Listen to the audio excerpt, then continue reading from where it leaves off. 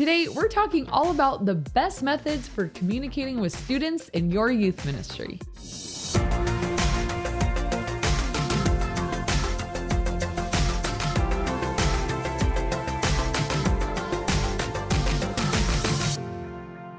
Hey everybody, welcome to the Ministry Coach Podcast, where we come alongside you and help you grow your ministry, not only in the size, but also the health of it by giving you weekly tips and tactics. My name is Jeff Lascola, and this is Kristen Lascola. So this is, when we record this podcast, we do it at night. And occasionally we'll do it during the day. This is one where we're actually doing it during the day. And there is a neighborhood dog that you may or may not hear throughout. I'm not sure where it's coming from, but it's somewhere in the near area. So apologize in advance if you hear that. Just gonna have to deal with it. Pretend it's at your house and it's a dog. You're a near youth pastor. You're used to noise and having to tune things out, right? Right. So you'll be fine. So we're going to talk all about communication today, and specifically communication from youth pastor or youth director or youth worker to students, correct? Yeah. So this question actually comes up a lot, and I know why, and it's because communication is literally half the job sometimes. Yeah. So it's not only what are we doing, but having to have different methods, effective methods to let people know what we're doing to get the biggest impact. Because it doesn't matter if we're doing great things if nobody knows about it or knows how to sign up or find it or whatever, we're going to have very low success. So we have to become masters at communication. We've done another episode on how to communicate to parents specifically. So that's another communication episode you'll want to check out. Jeff will link it below. I always say that because I just assume you will. Instead of you having to go hunt for it. Thank you, Jeff. But yeah, today we're going to talk about communication specifically to students. So let's start with a little bit of a prerequisite. And we've talked about this before, but without talking about this, it just doesn't, we can't go any further in communication. So in order to communicate, you have to have people's information. Mm-hmm. And so if communication is half the battle, gathering information is half of that battle because gathering information. And what percentage would that be? 25. Oh, good job. They're like, how is that good? That's so obvious. Kristen and math have had a complicated relationship over the years. So just to give you a frame of reference, one time she said, if a football field is 100 yards, take like half of that and then half of that. And that's about what you'd have. And I was like, 25? Precisely. Good job, grasshopper. Yeah, see? It made sense to you, so it's fine. Gathering information is a big deal. We have to become experts at this or we can't communicate anything we're doing to anybody. So it's just this building block of you gather the information, you communicate, and then, you have hopefully a rhythm or system eventually of communication that's less work. It's going to be a lot of work at the beginning. So this came up because we got a question from a listener and it was a really good problem she was having. She was like, we're growing, we're listening to your podcast, we're putting all this stuff into practice. We're trying really hard to get systems in place, but the growth has kind of showed some weak spots, I guess you could say, of, well, now we are figuring that it's kind of hard to communicate and it's kind of hard to even know how, she said, gathering data and information on people.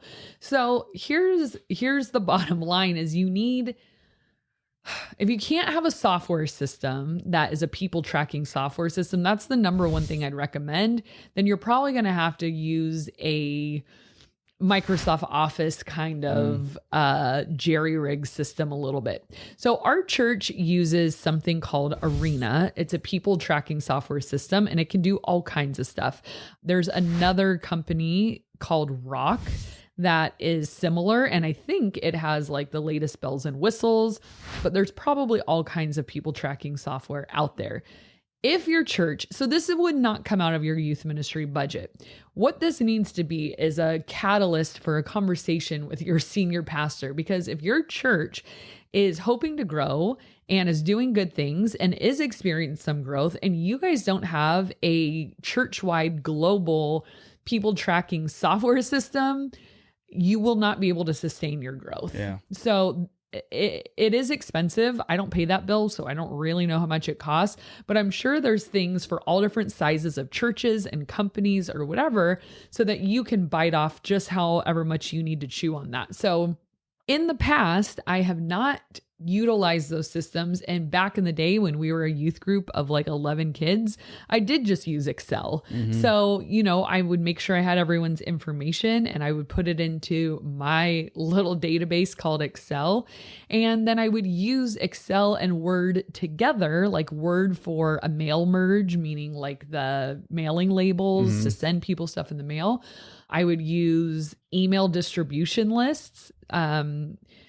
Like just through my work email, I'd have a list that was called junior hires or junior high parents or whatever it might be.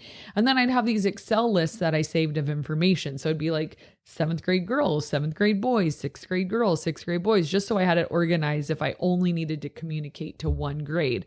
So basically what I'm saying is you could go cheap and use Excel and Word. That's probably not super sustainable, but it at least would be a band-aid for getting something rolling.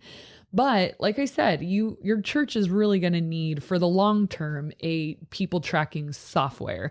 So that's where communication starts. Now, the information we want from people are stuff like this. So I have a card and I just made it, like it's nothing fancy, and it's called a junior high information card. So anytime we have a new student that I know is not in our system, I have them fill out this card. It just asks for their first and last name, their date of birth, their address, their phone number, and an email address. And usually I say, give me your parent email address if you don't check your email, or give me both. Having a student's information and a parent's information simultaneously, like you could have your spreadsheet for students, your spreadsheet for parents, but you definitely want to make sure you have both. Once you have that info card filled out, you can start to put that into whatever your system is. Like I said, is it software or is it Microsoft Office, whatever you want to use, but put that information somewhere where it's usable and retrievable for you. Now that we have their information, we put it into some kind of system, now we can actually start communicating.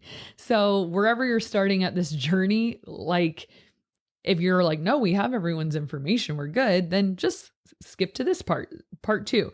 So we've talked about this before of having a 3-month calendar out. So that is for parents and for students. So make sure you always have a 3-month calendar out in your room, whether it's a weekend service or midweek program, but anytime students meet, that should be available. That same calendar should be available on your website, whether that's your personal ministry website or your church website, whatever it might be, but make sure a 3-month calendar is always available for viewing. And this gets asked a lot too, but why 3-month and not just the full calendar? Because you plan out your year and you know what the full year is going to be. Yes. So why just give 3 months? I like to give 3 months at a time for a couple of reasons. Number one, I want the freedom to be able to change something. So yes, I do plan out my entire calendar in December for the next year and it's ready to go. But sometimes I'm like, I don't want to do this event in the fall, or gives you a little bit of a wiggle room. Yeah. Or we need to change the date of something or something like will come up. So I just want the freedom to be able to change it.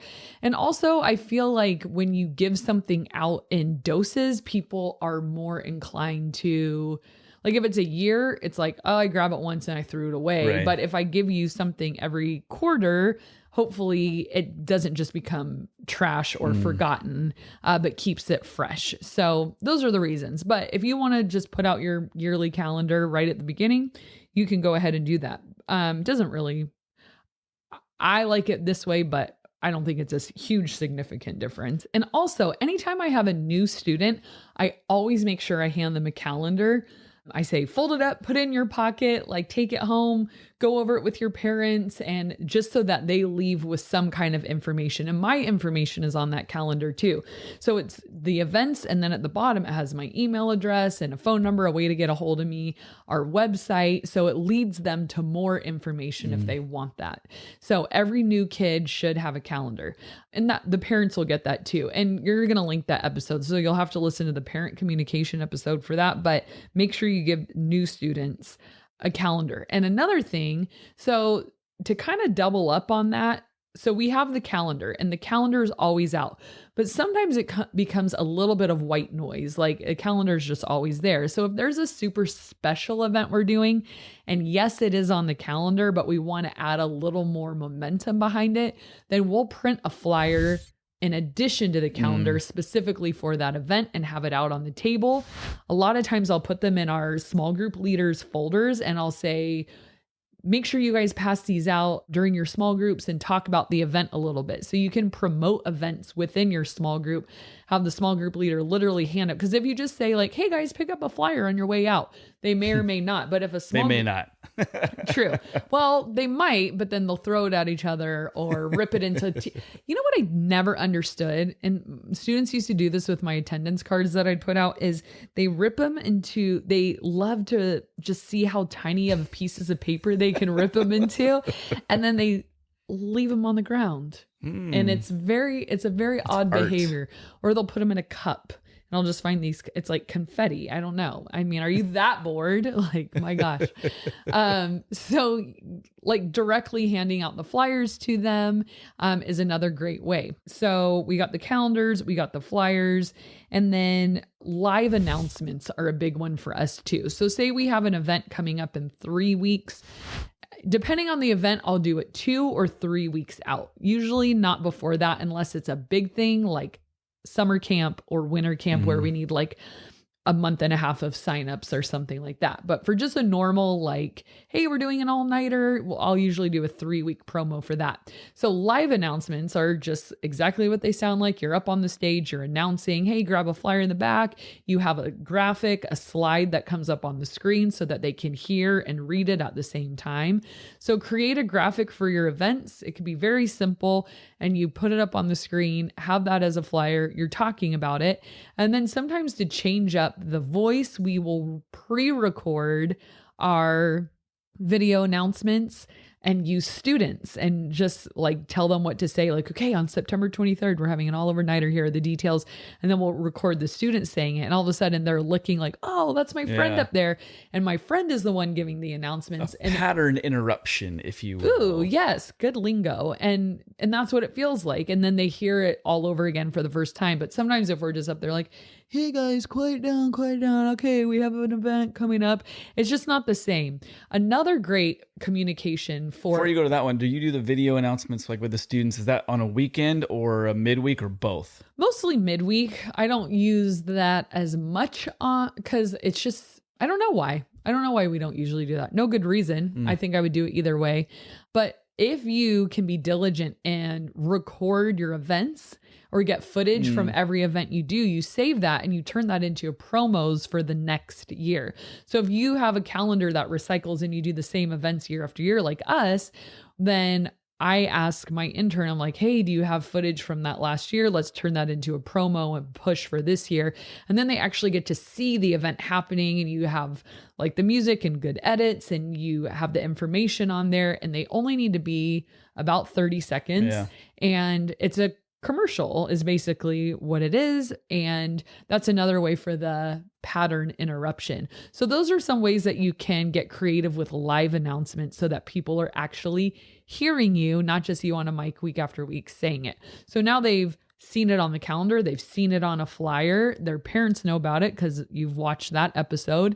And now you're using different methods of live announcements. Now, another way to communicate with students on the regular is social media. So social media, a lot of parents are on Instagram now. I, in the past, have done Facebook and Instagram, Facebook for the parents, Instagram for the kids. But I don't even really touch Facebook anymore for my youth group. And I know youth groups that still do use it.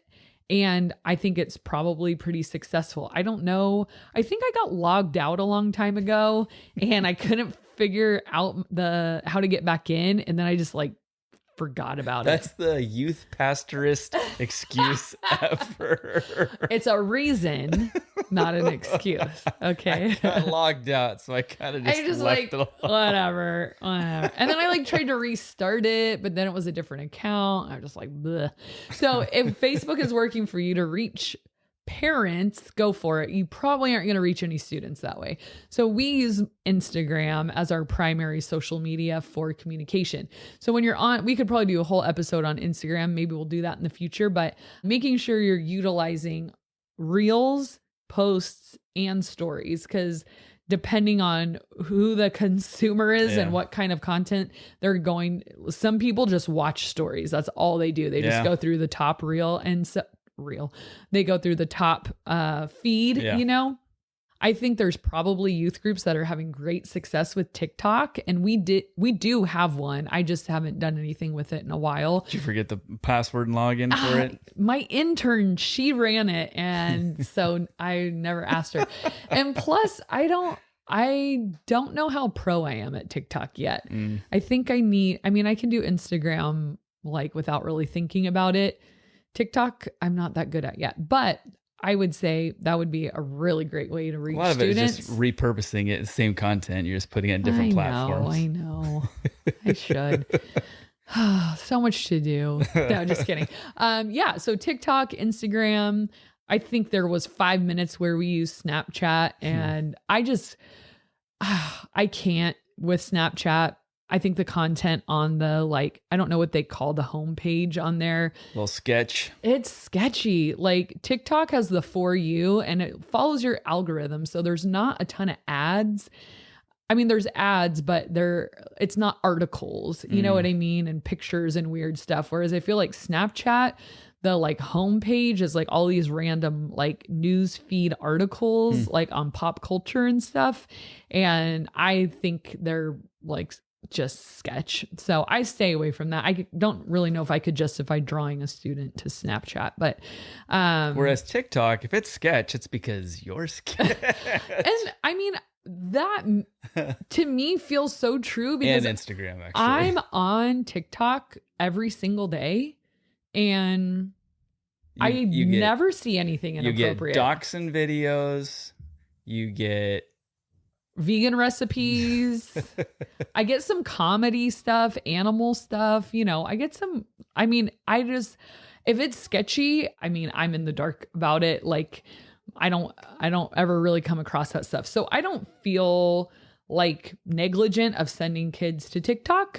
I think it's a great way to send out information. I think there's a lot of really great Christian TikTokers too. Either that or funny, comedic stuff, content stuff. I've even used some for worship transitions, sermon jam kind of things. There's some really good ministry happening on TikTok. If you're looking for it, it's wow, this stuff is super useful. So I love it. Instagram and TikTok is where I would put most of my energy. All right. So another is text services. So texting is for students probably the number one way they get information. Now, a lot of kids are using Snapchat as a text service. And to that, I say, nay. You and your friends can do that. But there are text services that allow you to do group texts in a more efficient way. So in the past, I've used things like Remind. There's an app called Remind that's helpful. GroupMe, I've used more so for my leaders. There's Discord. I use that for my leaders. I don't know. Students are probably on that. It's kind of more of a gaming, like a gamer's platform, but you can use it and you can create different channels within it of student leaders or Tuesday nights or weekends or whatever. So I think what texting service you use just really depends on the size and needs of your group. So I think Remind is probably designed for the largest platform. I think you can opt a ton of people into that. Some of the people tracking software systems that we were talking about in the beginning do have a text feature as well. I know Rock does.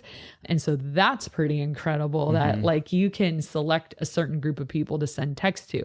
So, if your group is over, I don't know, what's the limit of texting on just a regular messenger on iPhone? Right. And so getting a texting system, I would say just probably do a little bit of research for what is the best one for your group size. And then you can send out those texts to students once a week. And the great thing is, because, when you're in a group chat, it's just terrible because just dinging constantly. Yeah. And so the Remind app, it's like more one-way communication. And then they can respond just to the administrator, to the sender. So they can reply to you, not really to each other. And you can't really see anyone else's communication. Whereas GroupMe, you can see everyone's communication unless you do a direct message. In that case, why not just text someone, right? So GroupMe, that had worked in the past for my leaders. We were on a GroupMe chat, but then we realized we needed to get more specialized because there were leaders who only needed to hear about worship. And then there was leaders who only needed to hear about small group stuff. And then there were leaders that needed to be a part of everything because they're on staff also. And then there's the security team. Like, it was just getting to be like, wait, who's on this and who's not? So we specialized that on Discord a little more. So yeah, those are some options for you to look into and research. And yeah, hopefully that is between all of those though. Listen to me.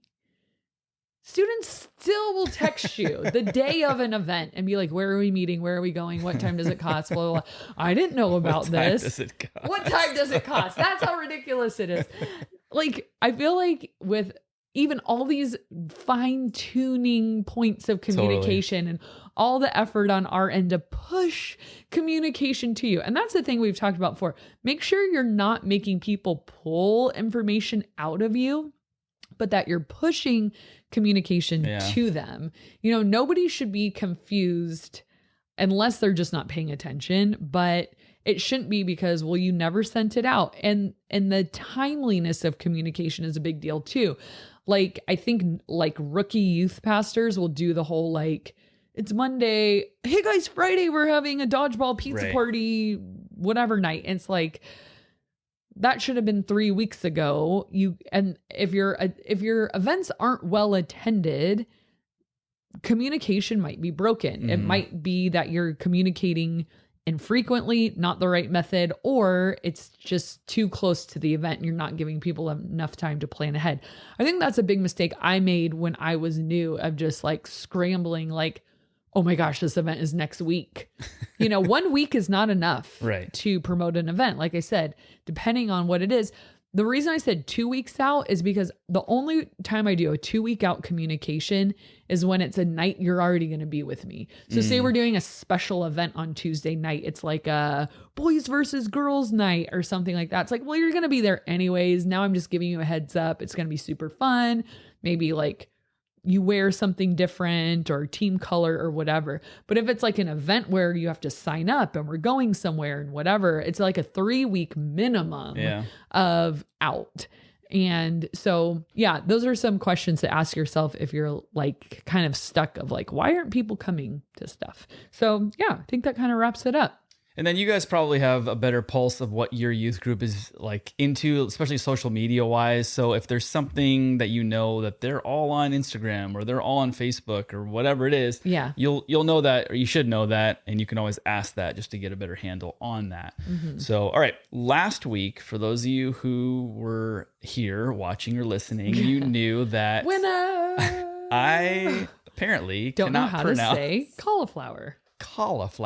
He said cauliflower. And he was wrong. And I'll probably still say cauliflower, and you'll still be wrong. The correct way to say it apparently is cauliflower. Hello, calling a Phone flower. a flower. So I'm wrong, but we have another question. This is another pronunciation thing that actually we're on the same page with, because I decided to just side with whatever she does because she's always right. So this is one that goes back to like kindergarten in those days. I hate this one. Crayola. Is it Crayola crayons, or crowns? I hate that last one. And why was there always a kid in like first grade who would say, can I have the brown crown, please? Can you please pass me the yellow crown? I'm like, crown, so I won't frown. Like a crown? Yeah. Like there is no, I'm sorry. There is no way that you may can be skewing the results right now because people might be too afraid to write crown. If you're a crown sayer, be proud and write it, because I need to understand why you say crown. Looking up the spelling of the word crayon seems most phonetically correct, but everyone knows it's just crayon. Crayons. It should. So the way we pronounce it, crans, crayons. I could be friends with someone who says crayons, I guess. Yeah. I'd kind of like internally roll my eyes. But if you say crowns, it's because they've one upped you, basically. Yeah, maybe. If you say crowns, I don't know. I would say like, oh, it's a regional thing, but it's like, well, it was where we grew up. There were people that said all three. Crown. Yeah. That is, I don't know. I wonder if we're the only, are we the only one who has experienced kids calling them crowns? It's weird. Put that in the comments section below. What do you guys say? Crayons, crowns, or crayons? Crayons, crowns, crayons. All right, let's do a community comment of the day. This comes from Cody Loft, who says, your content is so good. There isn't enough channels out there for youth ministry workers. I'm learning lots from your podcast. Thank you guys for all that you do. You're welcome. Thank you, Cody. That is our goal. So. We wanted to put out stuff that is youthful. Useful